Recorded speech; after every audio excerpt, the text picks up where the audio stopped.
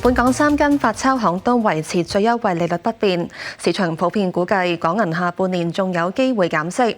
至於港元1個月期嘅拆息持續下調，有按揭顧問相信拆息短期會繼續喺1厘以下徘徊。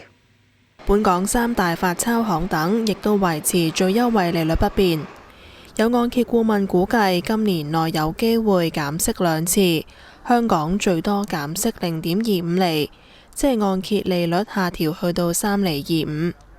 即係成個加息週期未開始之前呢，嗰個最優惠利率咧都係喺5厘嘅。其實咧之前咧10年咧都係未試過係低過5厘，5厘應該係最優惠利率裏面一個幾重要嘅鐵底嚟嘅。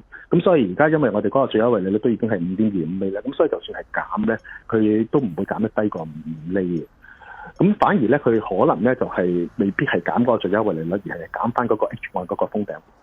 至於港元拆息持續喺低水平，樓按相關嘅1個月期拆息大約0.54厘，以目前主要銀行 H 按 H 加1厘3計，實際 H 按按息大約係1厘84。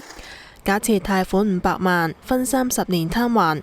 以今日 H 按按息1厘84計算，每個月供款係18000幾蚊，比起之前封頂息率3厘半計算，每個月供款減少4369蚊。